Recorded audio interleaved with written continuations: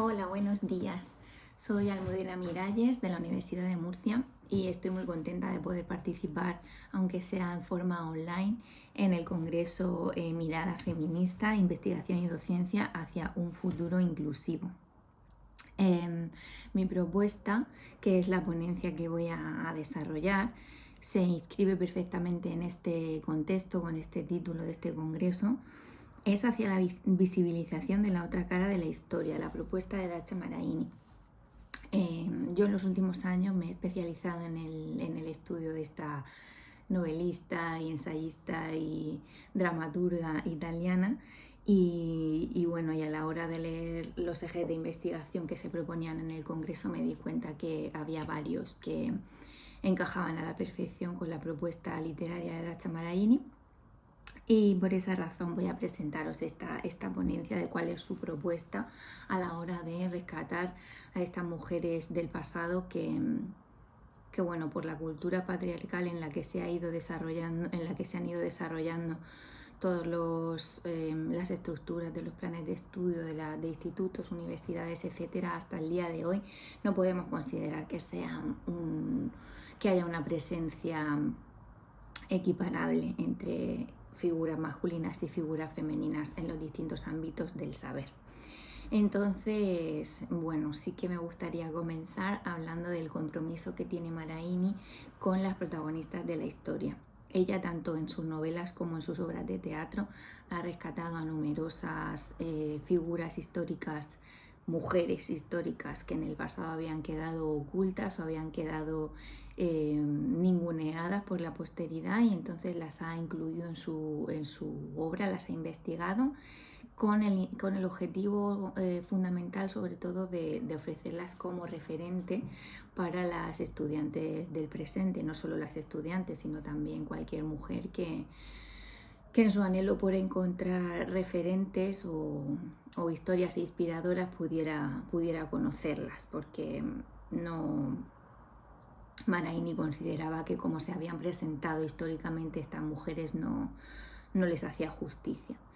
Entonces, la tarea de recuperación de figuras femeninas que fueron protagonistas en su tiempo y cuya labor fue ignorada por la posteridad por razones siempre relacionadas con el pensamiento y la forma de proceder tradicional en las sociedades patriarcales, ha sido uno de los principales caballos de batalla de Dacha Maraini. De hecho, la autora define todos los movimientos feministas, compresi quelli nuovi, come un lungo processo storico di liberazione attraverso un difficile ma importantissimo tentativo di raccontarsi e conoscersi fuori dalle definizioni e dalle convenzioni della testimonianza patriarcale. Esta cita pertenece a la obra Corpo Felice de Maraini en 2021, es una novela. En una entrevista que le realizaron también a Maraini en la obra dedicada a Dacha Maraini del año 2000, la escritora afirmava: «Ho spesso battuto la testa contro il muro della gerarchia culturale. Anche se sono figlia di un padre dolcissimo, mi trovo a dover fare i conti con una paternità simbolica che invade tutti i campi del pensiero e dell'arte. Certamente il nostro non è un mondo fatto per le figlie, ma costruito a misura dei padri». Entonces, Maraini, en estas obras que comento, que son tanto novelas como sobre todo obras de teatro en las que incluye el nombre de la protagonista en el título, se dedica a analizar, describir y sobre todo descubrir al mundo a estas distintas situaciones de injusticia y desigualdad a las que hicieron frente en su tiempo mujeres en todo el mundo. Según Milagro Martín Clavijo, se trata de mujeres que dejan de comportarse como víctimas para tomar la palabra y de una manera u otra se enfrentan a la sociedad en la que les ha tocado vivir, rechazando el modelo de mujer imperante. Entonces, en el teatro de Maraini encontramos a Santa Catalina de Siena, Sor Juana Inés de la Cruz, Verónica Franco, Isabel Lamorra, que son escritoras italianas del Renacimiento, y Eleonora de Fonseca Pimentel, que es una figura histórica de la Revolución Napolitana. Para Maraini, cuando por ejemplo descubrió, vamos a comenzar con la figura de Santa Catalina de Siena, la vio no solamente desde el punto de vista religioso, sino también desde el punto de vista histórico, porque fue una mujer que se que intercambiaba correspondencia pues tanto con reinas como con el papa de la época, ¿no? Entonces Maraini en su obra se centra tanto en la forma de vida que llevaba Santa Catalina en el convento, basada mucho en el autocastigo bueno, porque en la Edad Media muchas monjas místicas consideraban que el autocastigo era la manera más efectiva para llegar a su encuentro con Dios. Pero no solamente se centra en su forma de vida, sino también presenta esos fragmentos de esa correspondencia que mantuvo con la reina de Nápoles, por ejemplo, o también introduce fragmentos de acontecimientos, como es el hecho de que cuando le enviaron un séquito muy rico y muy cómodo desde Aviñón, porque el Papa en aquellos años estaba en Aviñón, después del cisma de Occidente, Santa Catalina decidió viajar en burro. Iba ella en burro delante de todo ese séquito. Entonces, pues Maraini la rescata como una figura histórica revolucionaria en su tiempo y evidentemente pues completamente atípica, porque no había mujeres que fuesen invitadas a la sede del papado, ni que se entrevistaran directamente con el papa, ni que tuvieran una influencia directa sobre personas de la realeza.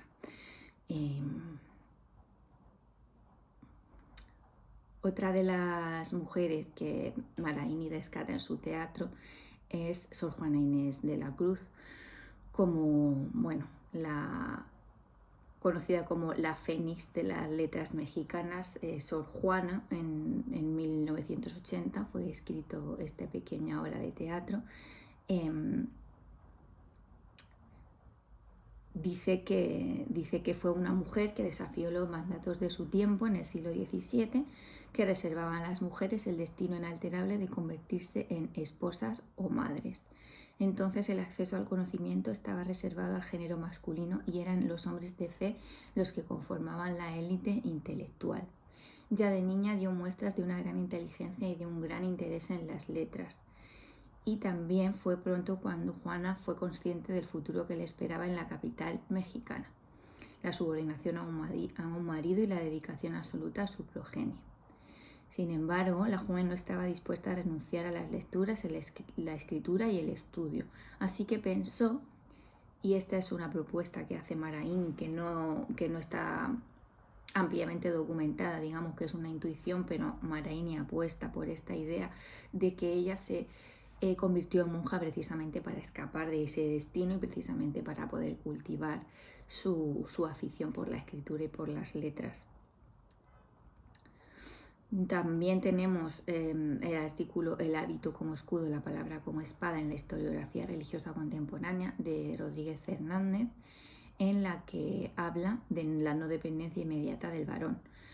Si entraban al convento, disfrutaban de un espacio intermedio entre los límites de lo que la sociedad esperaba de las mujeres y los privilegios que asignaba a los hombres.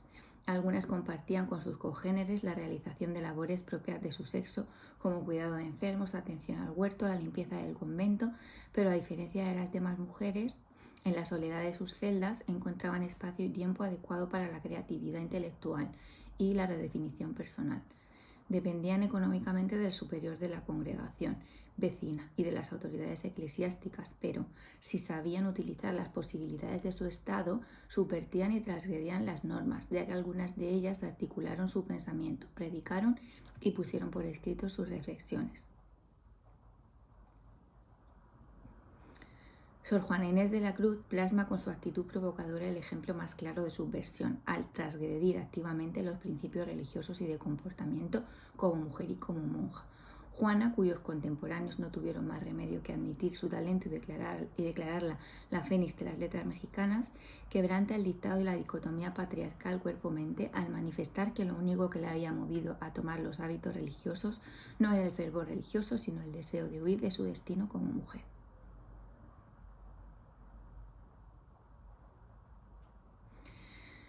Loretta de Stasio también escribió sobre esta obra de Maraini, sobre esta pequeña obra de teatro de Sor Juana, Dice de Stasio, se remonta a su infancia y cuenta sus esfuerzos por acercarse a las letras y cómo desde entonces había sido penalizada por su condición de mujer.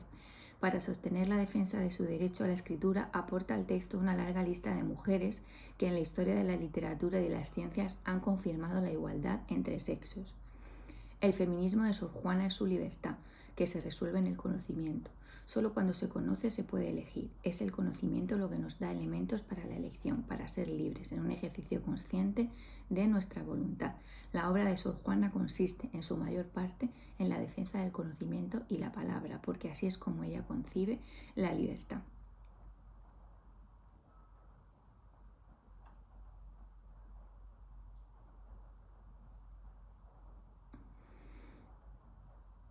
También en este contexto de las mujeres rescatadas por el teatro, tenemos a Verónica Franco y a Isabella Di Morra, que como he dicho antes son escritoras del Renacimiento italiano. Y en el caso de Verónica Franco, era una mujer que vivía en Venecia y que era una cortesana. Y ella pues utilizaba también esta forma de vida como cortesana para relacionarse con las altas esferas políticas. Era una mujer muy inteligente y escribía y adquirió fama en su época, pero luego con el paso del tiempo fue siendo relegada bastante en comparación con otros compañeros suyos de la misma época. Isabella Di Morra es un caso semejante. También tenemos una obra de teatro escrita por Maraini sobre esta figura, sobre esta escritora que terminó siendo asesinada por su hermano precisamente por querer relacionarse con otro escritor de su época. Su hermano sospechaba que había algún tipo de relación amorosa y no la consentía y terminó asesinándola. Y Eleonora de Fonseca Pimentel también es una figura histórica. Esta obra la escribió Maraini en 1981. Eleonora de Fonseca Pimentel era una poetisa y periodista. Pertenecía a una familia noble de origen portugués y recibió una educación al alcance de pocas mujeres de su época. Muy pronto desarrolló una gran afición por la lectura y comenzó a escribir poesía. Debido a problemas económicos familiares, tuvo que salir de su casa. Cuando Maraini escribe sobre la revolucionaria napolitana, pone de nuevo el foco en los aspectos más subversivos del personaje, en cuanto a las circunstancias materiales de las mujeres a finales del siglo XVIII, su lucha por la democracia y los derechos de las mujeres en una Europa efervescente tras la Revolución Francesa, y la reivindicación de sus libertades y autonomía como ser humano.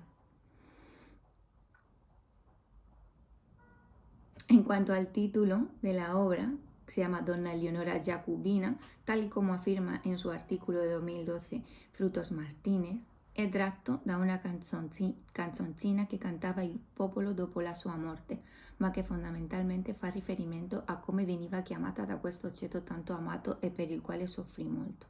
Con l'aggettivo Jacobina, inoltre, si vuole dare visibilità alla presenza femminile in questa fallita rivoluzione repubblicana e in senso più ampio nella storia.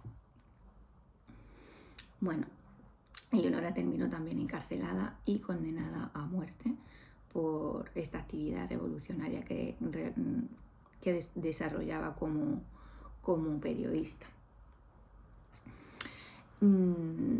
Las propuestas de Maraini no se limitan, como he dicho antes, a obras de teatro, sino también a ensayos y también a novelas, como por ejemplo la novela Santa Clara de Asís, que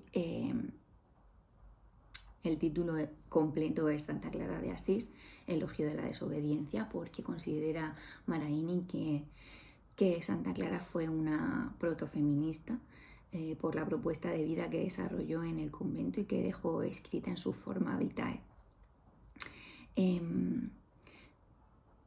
Para concluir, pues me gustaría recalcar esta idea de que Maraini es hoy en día, en la actualidad todavía, porque sigue activa, sigue escribiendo, una de las figuras europeas, mujeres más importantes a la hora de desarrollar esta labor de lucha o de de intención fuerte en que estas mujeres y otras del pasado pues alcancen una popularidad y una presencia que sea acorde a sus logros. Espero que os haya resultado interesante la ponencia. Muchísimas gracias por la atención.